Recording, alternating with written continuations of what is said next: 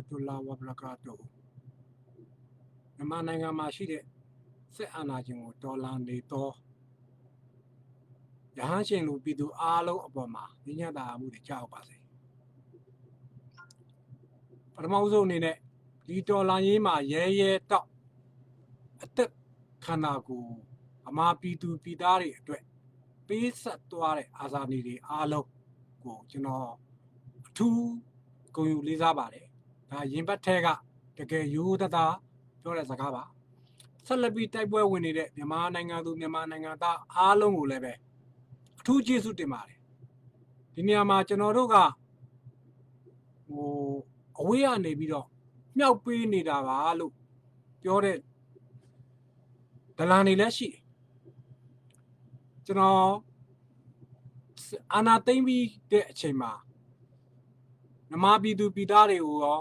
လူငယ်တွေကိုရောမင်းတို့တွေလမ်းပေါ်တက်ပြီးဆန္ဒပြကြလို့ကျွန်တော်တိုက်တွန်းခဲ့ခြင်းမရှိဘူး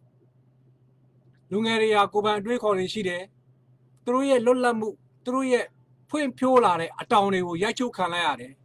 အဲ့ဒီအတွက်သူတို့ရင်ပတ်ထဲကဆန္ဒတွေသူတို့ရဲ့လေးလာစီးပူးထားတဲ့ပညာတွေသူတို့ဘဝကိုစရေးပြီးတော့နောက်လာမဲ့သူ့ညီတွေညီမတွေရဲ့ဘဝတွေအတွက်ဥဆောင်တိုက်ပွဲဝင်ခဲ့ခြင်းဖြစ်တယ်ဒီပေါ်မှာကျွန်တော်တို့ကမလုပ်ကြပါနဲ့မကန်ကြပါနဲ့လို့တားပိုင်ခွင့်မရှိဘူးဘာကြောင့်လဲဆိုတော့အမှန်တရားမှာယက်တည်ပြီးတော့အသက်ပေးမယ်လို့ထွက်လာတဲ့လူတွေကိုတားမြစ်ခြင်းဒီဒါမတရားမှုဖြစ်တယ်မတရားမှုဘက်ကယက်တည်ခြင်းဖြစ်တယ်ဒါကြောင့်လည်းပဲကျွန်တော်တို့ကရှေ့ထွက်ပြီးတော့အားပေးရတယ်ပြီးတော့ဒါအားပေးတာဒီမြောက်ပေးတာမဟုတ်ဘူးဆိုတာနားလည်ဖို့လိုတယ်ဒါကိုတော့ကျွန်တော်ရှင်းလင်းပြောခြင်းတယ်နောက်တစ်ခုကကျွန်တော်ရိုးသားပဲပြောမယ်ကျွန်တော်ပစားနဲ့ပဲကူညီနေတဲ့လူမဟုတ်ဘူးကျွန်တော်လုံနိုင်သမျှအလုပ်တွေအများကြီးလုပ်တယ်ဒီကိုဘက်ကာလကလေးရပဲကျွန်တော်ခြားတဲ့ပိုက်ဆံတွေအားလုံးကိုဗမာပြည်ထဲကိုပို့ပြီးတယ်ကျွန်တော်တကယ်ပဲကိုကျွန်တော်ရဲ့တိုင်းပြည်ကျွန်တော်ရဲ့လူမျိုးကိုချစ်ခင်လို့အဲ့လိုပို့ပေးတဲ့အခါမှာတချို့ထင်မှာပေါ့ဒီကောင်တွေမွတ်စလင်တိုင်းဝမ်မဲ့ပို့ပေးတယ်မဟုတ်ဘူးကျွန်တော်ပေးတယ်ဆိုတာကိုသိရင်တချို့ကတွေ့ဝေပြီးတော့လက်မခံပါစိုးလို့ရန်ကုန်ပတ်ဝန်းကျင်မှာရှိတော့ရန်ကုန်မြို့ထဲကအလူရောက်နေတဲ့နေရာတွေမဟုတ်ဘူးအလူနဲ့ကင်းဝေးသောနေရာများမှာတချို့ကိုတော်တွေကိုဘုန်းကြီးတွေကိုစီးအောင်ပြီးတော့ရှင်ဗျာဒါလေးတော့တပိတော့ပေးတာမသိစေနဲ့သူတို့အတွက်ဒါလုပ်ပေးပါကျွန်တော်အများကြီးသုံးပါတယ်ရသမျှအကုန်သုံးတယ်ဆိုတော့ကျွန်တော်ကဗစားနဲ့မြောက်ပေးတဲ့လူတွေမပါဘူးအခုလဲလောလောဆယ်မှာကျွန်တော်တတ်တဲ့တိုင်များအကုန်လုပ်ပေးနေတယ်အခုကျွန်တော်ဒီမှာလာပြီးတော့ဒီနေ့ပြောရတဲ့အကြောင်းရင်းကကျွန်တော်တို့ရဲဘော်တွေပေးဆက်စတေးရတယ်ဒါပေမဲ့ဒါဒီပေါ်မှာပဲလူတွေကဘာဖြစ်တယ်ညာဖြစ်တယ်ဆက်မလုံးနဲ့တော့ဆိုတဲ့စကားတွေလည်းထွက်လာတာတွေ့ရတယ်ဒါကဒလန်ဘက်ကပြောတဲ့စကားတွေဖြစ်တယ်ကျွန်တော်တို့ပေးဆက်လိုက်ရတဲ့ရဲဘော်တွေရဲ့ဘဝတွေအသက်တွေသူတို့ရဲ့သားသမီးတွေရဲ့ဘဝတွေအသက်တွေအတွက်ကျွန်တော်တို့ကချစ်ဆက်ပြီးတော့တိုးရပါကျွန်တော်တို့လုံးဝနိုင်နေတယ်ဆိုတဲ့အချက်ကိုကျွန်တော်တို့နားလည်ဖို့လိုအပ်တယ်နံပါတ်1ကျွန်တော်တို့ဒီမှာဖုန်းတစ်လုံးကင်တယ်ဒီဖုန်းတစ်လုံးအဲ့တော့ဒီဖုန်းထဲမှာရှိတဲ့စင်ကတ်ကိုဖြုတ်ထားလိုက်ရင်ဒီဖုန်းကသုံးမရဘူးလက်ရှိအာနာသိန်းတယ်ဆိုတဲ့အကောင့်တွေကသူတို့ကအာနာသိန်းပြီးအုပ်ချုပ်ဖို့လူလူမရှိဘူးသူတို့ကဖုန်းအလုံးကြီးကိုကင်ထားတာတကယ်ဖုန်းမှာအရေးပါသောစင်ကတ်ကိုပြည်သူလူထုကယူထားလိုက်တယ်ပြည်သူလူထုကပေးတဲ့အာဏာသူတို့မှမရှိဘူးသူတို့အတင်းသိမ်းယူတဲ့အချိန်မှာပြည်သူကငါစင်ကတ်ကိုငါပြန်ပေးလို့တင်ထားလိုက်တယ်အဲ့တော့သူတို့ကလုံးဝအသုံးမဝင်တဲ့အခွန်ကြီးနဲ့လဲပတ်နေရတဲ့အချိန်မှာအတင်းဝင်လို့တယ်ဒါပေမဲ့ပြည်သူကဒီနေ့ထိသူတို့စင်ကတ်ကိုသူတို့တင်ထားတယ်ဒါမဟာအောင်မြင်မှုကြီးဖြစ်တယ်ဒီကောင်တွေလဲပတ်လို့မရဘူးနောက်တစ်ချက်သူတို့စစ်လီနေမှာသုံးမဲ့စီတွေသူတို့အစိုးရပိုင်သူတို့ပေါ့နော်ဒီစက်ကောင်စီကတိမ့်လိုက်တဲ့ငကောကတော့အစိုးရပိုင်ဖြစ်မယ်စက်ကောင်စီကတိမ့်လိုက်တဲ့လေရင်တွေအားလုံးအတွက်စီမရှိတော့ဘာကြောင့်လဲပူးမာကုမ္ပဏီကသူတို့ကိုစီရောက်တာလောင်စာစီရောက်တာအားလုံးကိုရက်တက်လိုက်တယ်ဒီကောင်တွေစစ်လီရင်သုံးမယ်ဆိုရင်တော့မှအတိုင်းစားနဲ့သုံးရမယ်မ ကြာခင်စီပြတ်သွားမယ်ကုံသွားမယ်ဒါဟာကြီးမားတဲ့အောင်မြင်မှုကြီးထဲမှာရှိတယ်နောက်တစ်ချက်ကကျွန်တော်တို့ဒီနေ့အသက်ပေးနေတယ်ဆက်လက်ပြီးတော့အသက်ပေးမယ်ဆိုတဲ့လူတွေအားလုံးကိုကြည့်လိုက်ကျွန်တော်တို့တဲမှာမွတ်စလင်တို့ဗုဒ္ဓဘာသာတို့ခရစ်ယာန်တို့ဘာမှမရှိတော့ဘူးညီကိုမောင်နှမစိတ်ဖြစ်သွားပြီဒီလိုတိုင်းသူပြည်သားတွေညီကိုမောင်နှမကဲ့သို့ချစ်ခင်သွားဖို့ဆိုတဲ့စိတ်ကြီးကိုဘယ်ပေးဆက်မှုနဲ့မှမရနိုင်ဘူး250မဖြတ်သားမဲနဲ့အဲ့တော့ဒါကိုဒီစစ်ဘလူးတွေကလည်းပဲအာနာရှင်တွေကလည်းပဲတိုင်းသူပြည်သားတွေတွေးစီးသွားပါကိုသူတို့အကြောက်ဆုံးဖြစ်တယ်သူဒီနေ့သူတို့အကြောက်ဆုံးဆိုတဲ့အရာကိုရသွားတာ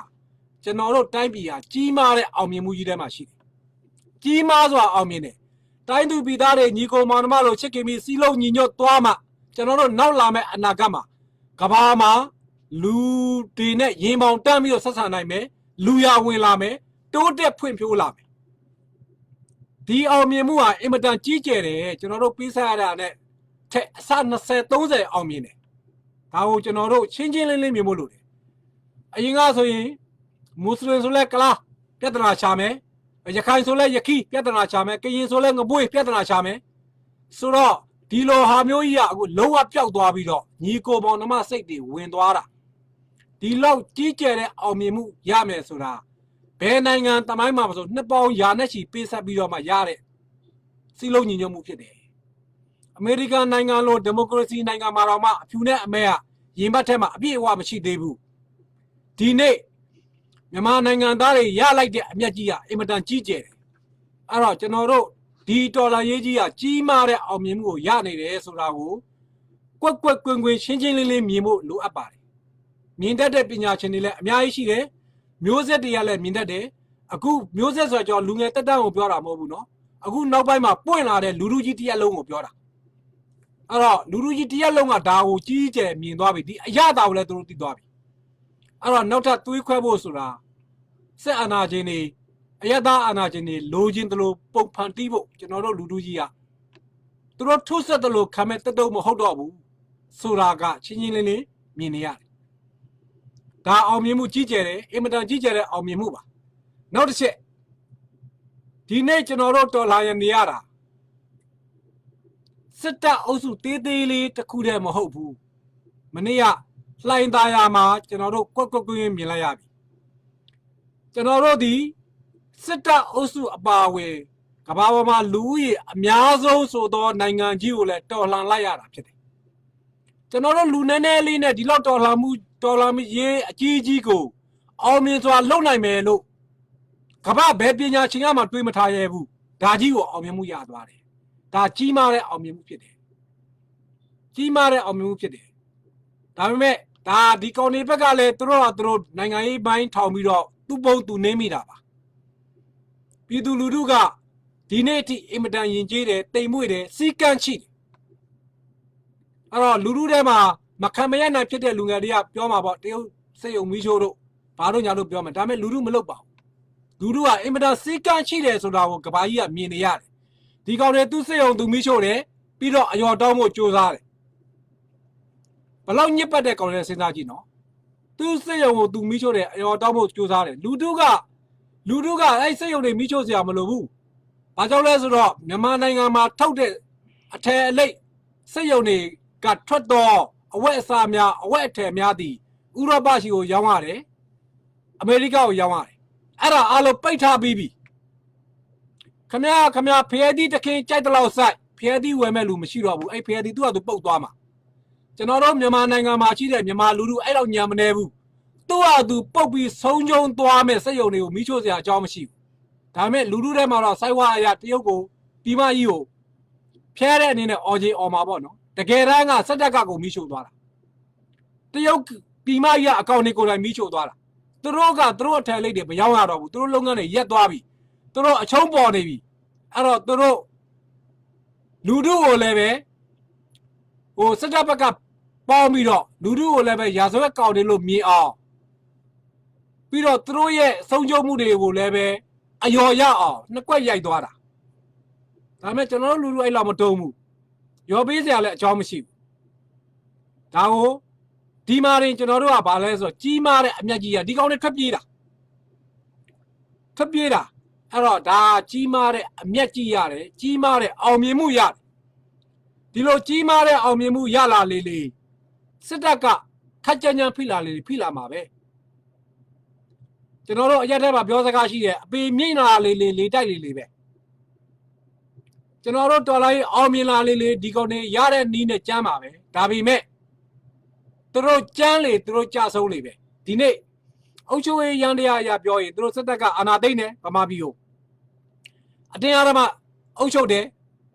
အဲ့တော့ပြီးတော့မှသူတို့ကိုသူတို့အစိုးရဆိုပြီးကြီးညာတယ်ဘယ်ကောင်မှအတိမမပြုတ်ဘူးအင်မတန်အတိမပြုတ်ကျင်တာတရုတ်ကအင်မတန်အတိမပြုတ်ကျင်တာနော်ကျွန်တော်အင်တာဗျူးမှာနားထောင်ရတယ်တရုတ်မြန်မာဆက်ဆံရေးအသင်းအကောင်တွေကစစ်တပ်ကိုအစိုးရဆိုပြီးတုံးတာရှိတယ်ကျန်တာဘယ်ကောင်မှမတုံးဘူးဒါပြည်မကြီးအကောင်တွေကိုပြောနေတာကျွန်တော်တို့ကဒီနေရာမှာကျွန်တော်ပြောနေတာပြည်မကြီးတရုတ်နဲ့ရုပ်မာတဲ့ကောင်တွေကိုပြောနေတာနော်ကျွန်တော်တို့ဗမာပြည်တွေကတရုတ်မျိုးနွယ်တွေကိုမထိပါနဲ့သူတို့ကကျွန်တော်တို့ရဲ့အသွေးသားတွေဖြစ်တဲ့ညီကိုတွေဖြစ်တယ်ဒီကောင်တွေရုပ်မာပြီးတော့ပြည်မကြီးတရုတ်ကပြေးသွားမှာပြည်ထဲမှာရှိတဲ့ကျွန်တော်တို့ညီကိုမောင်တို့တရုတ်တွေနဲ့ကျွန်တော်တို့လူမျိုးရေးတိုက်ဖို့ဖန်တီးခဲ့မှာဒါကိုကျွန်တော်တို့ဆင်ခြင်ရမယ်တွေးရမယ်ကျွန်တော်တို့ဆက်အာဏာရှင်ကိုစန့်ကျင်တော်လှန်နေတာကနေပြီးတော့လူမျိုးရေးအထီးကယုံဖြစ်သွားအောင်ဒီကောင်တွေဥတီခဲ့တာဒီပြည်မကြီးကောင်တွေကဘယ်တော့မှသက်သာမရှိဘူးသူတို့အချင်းချင်းလည်းတတ်တယ်တရုတ်လူမျိုးလို့မခံယူခြင်းတော့ထိုင်ဝမ်တို့ဟောင်ကောင်တို့ကိုလည်းဖိနှိပ်တယ်တတ်တယ်တကယ်တော့ထိုင်ဝမ်တို့ဟောင်ကောင်ဆိုတာတရုတ်နဲ့ဘာမှမဆိုင်ဘူးတရုတ်စကားပြောတာနဲ့တရုတ်ဖြစ်ရမယ်လို့ကျွန်တော်တို့သတ်မှတ်လို့မရဘူးတောင်အမေရိကတတိုင်းလုံးနိုင်ငံအများစုစပိန်နဲ့စကားပြောတယ်စပိန်ကနှစ်ပေါင်းများစွာသူတို့ကိုအုပ်ချုပ်ခဲ့တဲ့အတွက်တောင်အမေရိကတတိုင်းလုံးကစပိန်နဲ့စကားကိုပြောတယ်ဒါပေမဲ့သူတို့ကစပိန်နေမဟုတ်ဘူးကျွန်တော်တို့ပါချိုင်းပါရကောင်းစားစဉ်တုန်းကပတ်ဝန်းကျင်မှာရှိတဲ့ဒေသအားလုံးကပါချမ်းစကားပြောတယ်အာဖဂန်နစ္စတန်နဲ့လက်ရှိသည့်ရုံးသုံးစကားပြီးပါချမ်းစကားဖြစ်တယ်ဒီနေ့ဥဇဘက်ကစ္စတန်တာကမင်နစ္စတန်ဘာစတန်ညာစတန်အဲ့စတန်ဆိုတာအားလုံးကပါချမ်းစကားဖြစ်တယ်ဒါပေမဲ့အဲ့ဒါဒီအီရန်လူမျိုးမဟုတ်ဘူးကျွန်တော်တို့ခွဲမြင်ဖို့လိုတယ်တရုတ်ကြီးကသူ့လူမျိုးကတခြားလူမျိုးကိုမျိုးဖို့အတွက်မောင်မိုင်စီးထားတာတစ်ချိန်မှာသမိုင်းကအဖြေပေါ်သွားလိမ့်မယ်အဲ့တော့ကျွန်တော်တို့ကပြည်တွင်းမှာရောက်နေတော့ငကိုကနှမ်းမဲ့ခံခဲ့ရတဲ့တရုတ်လူမျိုးနွယ်တွေဟာကိုယ့်လူတွေဖြစ်နေပြီဒါပေမဲ့တချို့ဒလန်တွေတော့ရှိမယ်တချို့ဒလန်တွေကတော့ကျွန်တော်တို့ဥပဒေအရလိုအပ်ရင်ဆုံးမရမယ်လူများစုအခြေခံလူများစုဒီကိုယ့်ရဲ့သွေးသားတွေဖြစ်တယ်အင်မတန်ရုပ်မာဆိုးသွမ်းတဲ့အာဏာရှင်တွေကလူမျိုးရေးဘက်ကိုဖန်တီးတာကိုကျွန်တော်တို့လုံးဝဥမလဲဖို့လိုအပ်တယ်ကျွန်တော်တို့ရဲ့အောင်မြင်မှုကိုကြားဆုံးခံလို့မရဘူးဥလက်ခံလို့မရဘူးဒါကိုကျွန်တော်တို့တွေးထားရမယ်စဉ်းစားထားရမယ်ကြိုတင်ပြင်ဆင်ထားရမယ်ဒီနေ့လက်နဲ့ရှိတဲ့အကောင်ကလက်ပလာလူတွေကိုဘယ်ဆောက်ဦးမှလည်းဝင်ဖြစ်တာမဟုတ်ဘူးနော်မြန်မာနိုင်ငံမှာဆန္ဒပြနေတော့ဒီနေ့ဆန္ဒပြနေတော့ပြည်သူလူထုကြီးသည်ဘယ်ဆောက်ဦးမှရိုက်ချိုးတာမရှိဘူးဘယ်ကားမှရိုက်ခွဲတာမရှိဘူးအင်မတန်စိတ်ကရှိတယ်တယောက်ကျွေးကြတယ်မွေးကြတယ်စောက်ချောက်ကြတယ်နော်သူတို့အင်မတန်စိတ်ကရှိဆန္ဒပြနေတယ်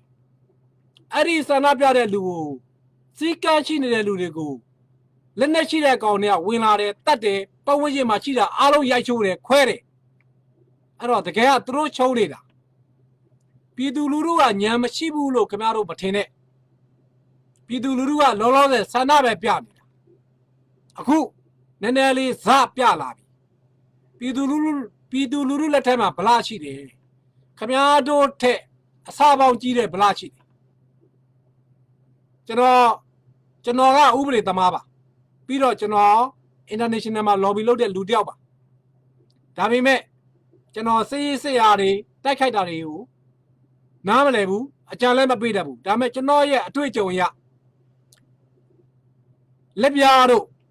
အီရတ်တို့ဆီးရီးယားတို့အဲ့ဒီလူတို့ဒီဘယ်လက်နက်ကိုမှမမြင်ဘူးခဲ့ဘူးအာနာရှင်တွေအုပ်ချုပ်တဲ့တိုင်းပြည်တိုင်းမှာလက်နက်ကင်ခွင့်မရှိဘူးဘာလက်နက်မှမရှိခဲ့ဘူး ဒါပေမဲ့အချိန်တစ်ခုမှာလူလူကြားတဲ့ကိုလက်နဲ့အကုန်ရောက်သွားတယ်ဘာကြောင့်လဲမခံနိုင်တော့ဘူးလူလူဒီနေ့ဒီခက်ဒီကဘာဒီအင်မတန်မြန်တယ်စစ်တပ်ကအကောင်တွေလှုပ်ချင်တိုင်းလှုပ်နေတာကိုလူလူဒီကာလာလေးတစ်ခုပဲတီးခတ်နိုင်မယ်ပြီးရင်ခင်ဗျားတို့ခွေးတွေဝက်တွေတီးရမယ်ဒါကိုလည်းပဲစစ်တပ်ကအကောင်တွေတီးစေချင်တယ်ခင်ဗျားတို့အတွက်ခွင့်လို့ဖို့လမ်းမရှိဘူးခင်ဗျားတို့ကဘာစီးကမှမရှိဘူးခင်ဗျားတို့နှစ်ပေါင်း60 80လောက်စစ်တင်တန်းနေပြီးတယ်သတိဆွဲပါရိုက်တယ်ပုံစံသွင်းတယ်ဒါဘာစီးကမှမရှိဘူးဘာလူသားစိတ်မှမရှိဘူးဘာစစ်ပညာမှမရှိဘူးကြီးကျယ်တွေ၆ပြောတယ်ရခိုင်ပြည်နယ်ကရိုဟင်ဂျာကိစ္စနဲ့ပတ်သက်ပြီးတော့ ICJ ကြီးတဲ့အချိန်မှာမင်းအွန်လိုင်းပါစာဘာပြောလဲဆိုတော့ကျွန်တော်တို့စစ်သားတွေဟာတဲ့ဂျီနီဗာကွန်ဗင်းရှင်းနဲ့အညီနေပါတယ်တဲ့ဒီကောင်ဘိုးတင်တန်းစိမ့်ပွဲမှာတရားဝင်ပြောတာအခုပြည်တွင်းမှာပေါ်တင်ကြီးပြစ်တက်နေတယ်ဘာဂျီနီဗာကွန်ဗင်းရှင်းနဲ့ညီတာလဲခမရတို့ကျူးလွန်တဲ့အပြစ်တွေကိုသူတစ်ပါးကိုထိုးချဖို့အတွက်ခမရတို့ကဂျီနီဗာကွန်ဗင်းရှင်းနဲ့ညီတယ်လို့អော်တယ်ခမရတို့တော့ရုပ်မာတဲ့လူလဲကဘာမှမရှိဘူးဒါပေမဲ့ပြည်သူလူထုကိုခမရတို့အညွန့်ချိုးလို့မရတော့ပြည်သူလူထုဆိုတာရှေ့မှာကာလတစ်ခုလောက်ပဲခမရတို့ကိုသိခံပါအခုလောလောဆယ်ကိုယ်တိုင်ကပြည်သူလူထုရဲ့တရားဝင်အစိုးရဖြစ်သော CRPH ကခုခံပိုင်ခွင့်ဆိုတဲ့ဥပဒေကိုပေးလိုက်ပြီခုခံပိုင်ခွင့်ဆိုတာမှာလက်နက်ချင်းညီမျှသောလက်နက်နဲ့ခုခံပိုင်ခွင့်ရှိတယ်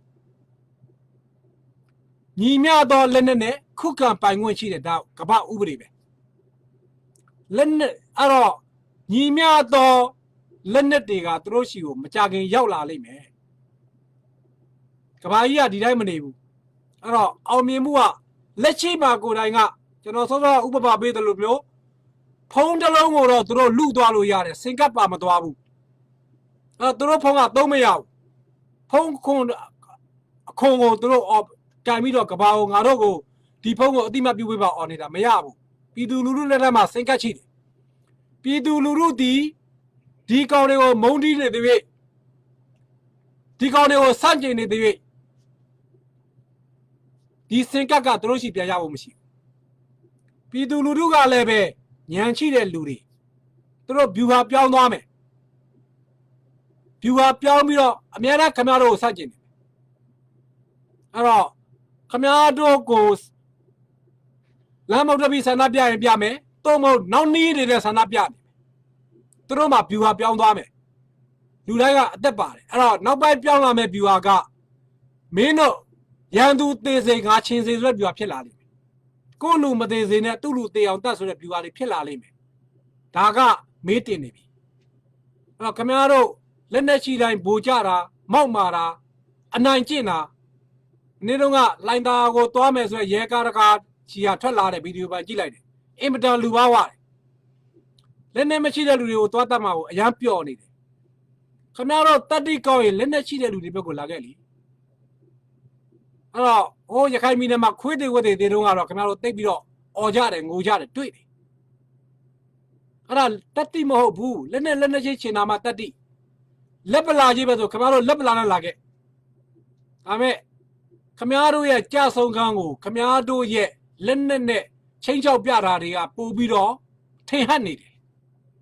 ခင်ဗျားတို့အရန်ကြဆုံးလာတော့ပို့ပြီးတော့ဖျဲချောက်တယ်အဲ့ဒါပဲခင်ဗျားတို့အစီအဒါပဲအဲ့တော့လူငယ်တွေကဗျူဟာပြောင်းလာမယ်ကိုမသေးစေနဲ့သူ့သေးစေဗျူဟာပြောင်းလာမယ်စိတ်ချပါ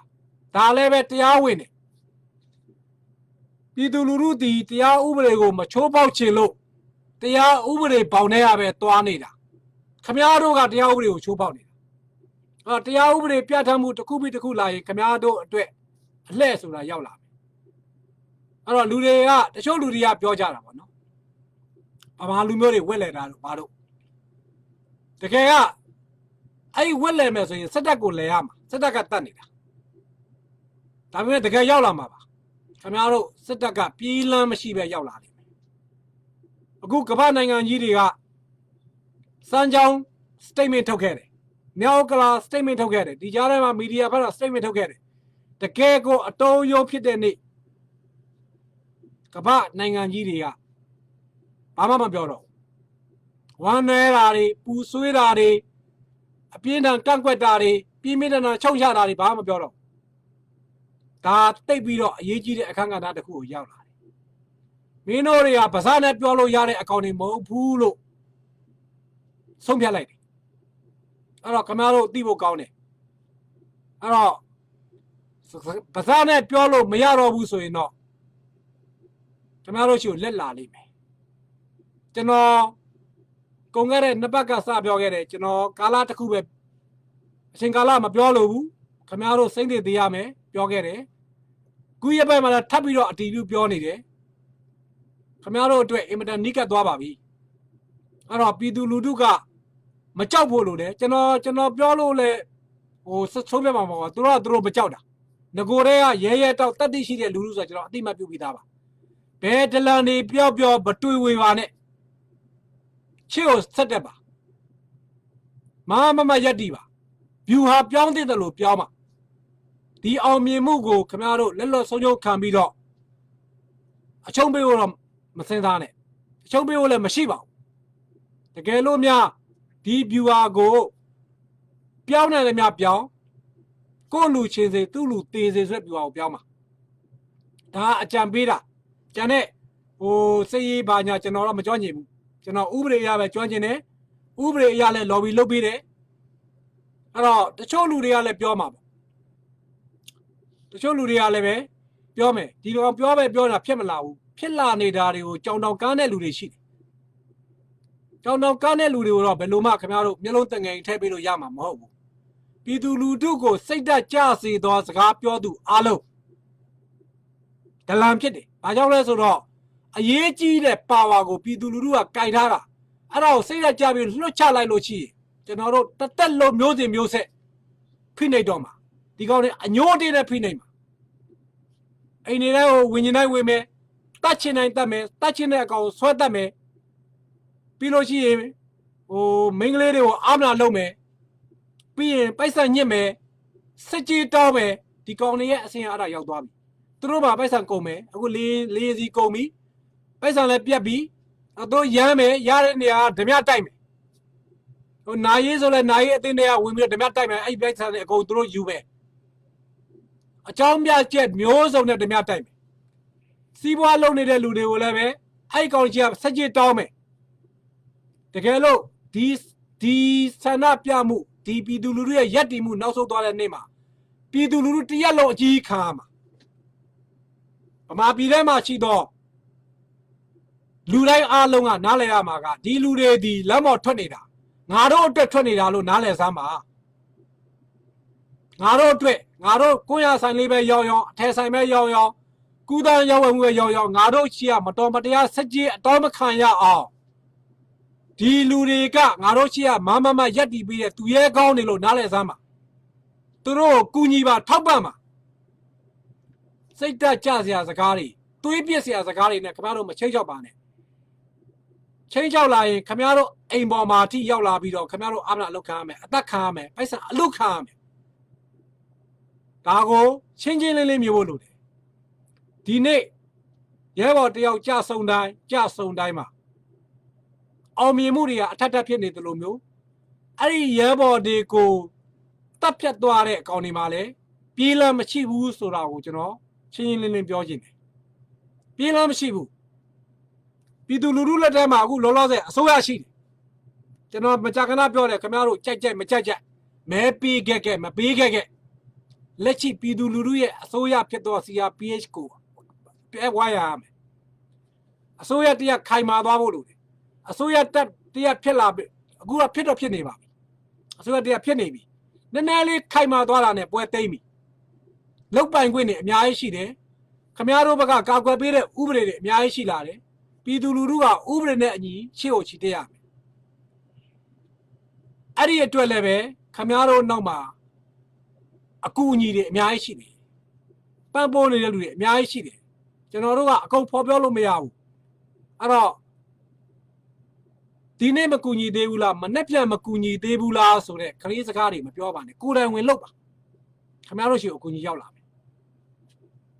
ကျွန်တော်ပြောပြီပဲကျွန်တော်ပါးစားနဲ့ပဲပြောတဲ့ကောင်မဟုတ်ဘူး ကျွန်တော်တက်တဲ့မြကူညီတယ် plus သူများကိုမြောက်မပေးတတ်ဘူးကျွန်တော်ကိုယ်တိုင်လည်းပြည်ထဲမှာရှိစဉ်ကာလကအရေးခင်းတိုင်းမှာပါဝင်ခဲ့တယ်အဲ့လိုပဲပြည်ပရောက်လာတဲ့ခါမှာလည်းအရေးခင်းတိုင်းမှာပါဝင်တယ်ဒီနေ့တောင်တရုတ်ပင်လေဒါနျူကလ িয়ার ချင်းချင်းပြိုင်မှာအမေရိကနဲ့တရုတ်နဲ့နျူကလ িয়ার ချင်းပြိုင်မှာကျွန်တော်သားအရင်ကိုထည့်ထားတယ်တေမင်းရှိရသေးလို့ရတယ်ဟဲ့ကောင်ဒါကဘာသူကဘာသားအတွက်အလုပ်လုပ်ပေးနေတာငါတို့ကဗဇာနဲ့ပြောတဲ့မျိုးရိုးမဟုတ်ဘူးကိုယ်တိုင်ကျွန်တော်အသက်ကအရွယ်အရစက်တက်ထဲကိုဝင်လို့မရတော့ဘူးကျွန်တော်အမေရိကရောက်တဲ့အချိန်မှာစက်တက်ဝင်ဖို့ကြိုးစားတယ်မရဘူးတောက်ထက်အားကြောင့်လေကျွန်တော်တို့ကလူသားဆိုတဲ့စိတ်ရှိတယ်လူသားကိုမတရားလုပ်ရင်မခံနိုင်ဘူးလူသားကိုမတရားလုပ်ခြင်းဒီကျွန်တော်နှလုံးသားကိုအကြီးကြီးမီးရှို့ခြင်းနဲ့တူတယ်ကျွန်တော်နှလုံးသားကိုလှမ်းနဲ့ထိုးခြင်းနဲ့တူတယ်ပထမနဲ့မြောက်ပေးတဲ့လူတွေမှာမပါဘူးကျွန်တော်တို့ကိုယ်တိုင်ဝင်လုပ်နေတာအဲ့တော့ကျွန်တော်မွေးဖွားခဲ့ရအရက်လေးတကယ်ကိုညီကိုမောင်နှမစိတ်ဝင်သွားတာဒီကြီးမားသောအောင်မြင်မှုဖြစ်တယ်ဆိုတော့ကျွန်တော်ဒီနေရာကပိုးဝေးလေးလေးပြောခြင်းတယ်ဒီလိုပြောပြီးနေတာကတစ်ချိန်မှာထိလွင်ဦးဆွဲကောင်ဗမာပြည်ကိုပြန်လာမယ်အမတ်နေရာယူရပါမထင်ပါနဲ့ဆွတ်တင်တော့မတက်ပါဘာနေရာမှလည်းမလိုချင်ဘူးကျွန်တော်လိုချင်တာတိုင်းပြည်လေးအေးချမ်းသာယာပြီးတော့လူချင်းညီကိုမောင်နှမချစ်စိတ်နဲ့ချစ်ခင်ပြီးတော့ဖွင့်ဖြိုးသွားတဲ့တိုင်းပြည်လေးတစ်ခုဖြစ်စေချင်ဒီအတွက်ကျွန်တော်မှရှိတဲ့အကြံဉာဏ်တွေရောငွေကြေးတွေရောအကုန်သုံးဖို့ရည်ရွယ်ပြီးသားပါကျွန်တော်ခင်ဗျားတို့ဗစားတဲ့မြောက်ပေးတဲ့လူတွေမပါဘူးအဲ့တော့ပြီးတော့စိုက်ဝါလည်းမပြစ်ဘူးမြောက်ပေးတာလည်းမယူစိုက်ဝါလည်းမပြစ်ဘူးခင်ဗျားတို့သိသိထိုက်တဲ့အမှန်တရားကို theory တိုင်းပြောတာကျွန်တော်ရထားတဲ့သတင်းတိုင်းပြောတာဒါပဲဘာကြောင့်လဲဆိုတော့စကားတစ်ခုမှားသွားရင်တာဝန်ရှိတယ်ကျွန်တော်တို့ကဗျာပရာပြောပြီးတော့ဘွားခတ်တဲ့လူတွေမပါဘူးစကားတစ်လုံးပြောလိုက်လို့ရှိရင်ပြောတာကိုဖြစ်အောင်လုပ်တဲ့လူတွေမှာပါတယ်အချိန်ကာလကွာရင်ကွာသွားမယ်မနေ့ပြန်ဖြစ်ရမယ်ဆိုတာဖြစ်အောင်ကြိုးစားနေတဲ့နောက်ကကြိုးချပြီးဆွဲတဲ့လူတအုပ်ပေါ်လာရင်တော့တပတ်ခါမှဖြစ်ခြင်းဖြစ်မယ်အဲ့လိုအခက်ခဲတွေရှိလို့အချိန်ကာလကြံ့ကြာရင်ကြံ့ကြာမယ်ဖြစ်အောင်လုပ်တယ်အခုလည်းပဲကျွန်တော်တို့တိုင်းပြည်လေးကအောင်မြင်မယ်ဆိုတာကိုကျွန်တော်ကွက်ကွင်းမြင်တယ်လို့ကျွန်တော်တို့ကိုယ်တိုင်လည်းဖြစ်အောင်ပါဝင်အလုပ်လုပ်နေလို့ကျွန်တော်ဒီစကားကိုပြောရတာပါဒီလောက်အောင်မြင်နေတဲ့အောင်မြင်မှုဘယ်စစ်ခွေးရဲ့လက်နဲ့မှခြေဖြစ်လို့မရနိုင်တော့ဘူးဆိုတာကိုလည်းပဲ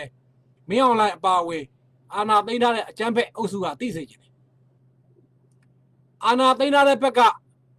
ဘာရမလဲလို့မျှော်လင့်ပြီးတော့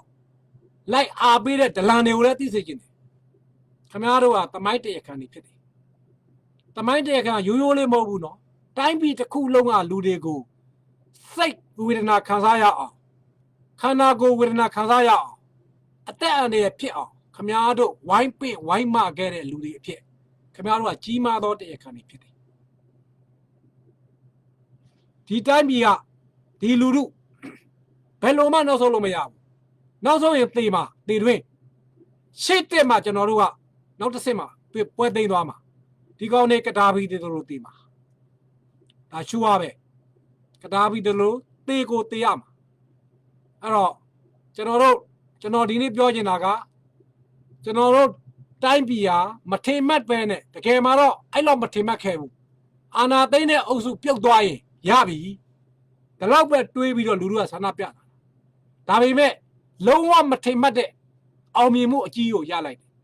လူသားချင်းညီကိုမောင်နှမချင်းလုံးဝသွေးစည်းညီညွတ်သွားတဲ့အောင်မြင်မှုနောက်ွယ်ကအကြီးပါဝင်ပတ်သက်နေတဲ့တရုတ်ပြည်မရဲ့လက်ကိုရိုက်ချိုးနိုင်မှုဒီလောက်အောင်မြင်မှုကိုရမယ်ဆိုတာဒီလောက်ရစ်တူတိုလေးနဲ့ဒီလောက်ပေးဆက်မှုလေးနဲ့ရမယ်လို့ဘယ်လို့မှမတွေးခဲ့တာကမ္ဘာပညာရှင်တွေကိုလည်းမတွေးရတာအဲ့ဒီအောင်မြင်မှုကိုရနေပြီကျွန်တော်တို့ကနောက်ဆုံးမယ်ဆိုတာမဖြစ်နိုင်ကျွန်တော်တို့ချစ်တဲ့ရမယ်ညီညွတ်ရမယ်ပို့ပြီးစီကန့်ရှိရမယ်ပို့ပြီးတော့စီကန့်ရှိရမယ်ပို့ပြီးတော့ဘ ഹു တုဒ္ဒတွေလေ့လာရမယ်ရန်သူဘယ်လိုတုံ့ပြန်မလဲဘ ഹു တုဒ္ဒတွေလေ့လာပြီးတော့ချစ်ကိုချစ်တဲ့ရမယ်ချစ်ကိုချစ်တဲ့ရင်းနဲ့အောင်ဒီဒီမိုကရေစီအောင်လံကြီးကိုခင်ဗျားတို့လက်တွေနဲ့စောက်ခူးနိုင်ပါစေလို့ကျွန်တော်ဒီနေ့ဆုတောင်းတယ်စစ်ကြုံဘဝက အများဆုံးလွတ်မြောက်ပါစေလို့ဆုတောင်းရင်းနဲ့ကျွန်တော်ရဲ့စကားကိုညီကုန်းရှုပ်ပါတယ်အစ္စလာမ်အလိုင်ကွမ်ဝါရာမတ်တူလာဝဘရကာတူ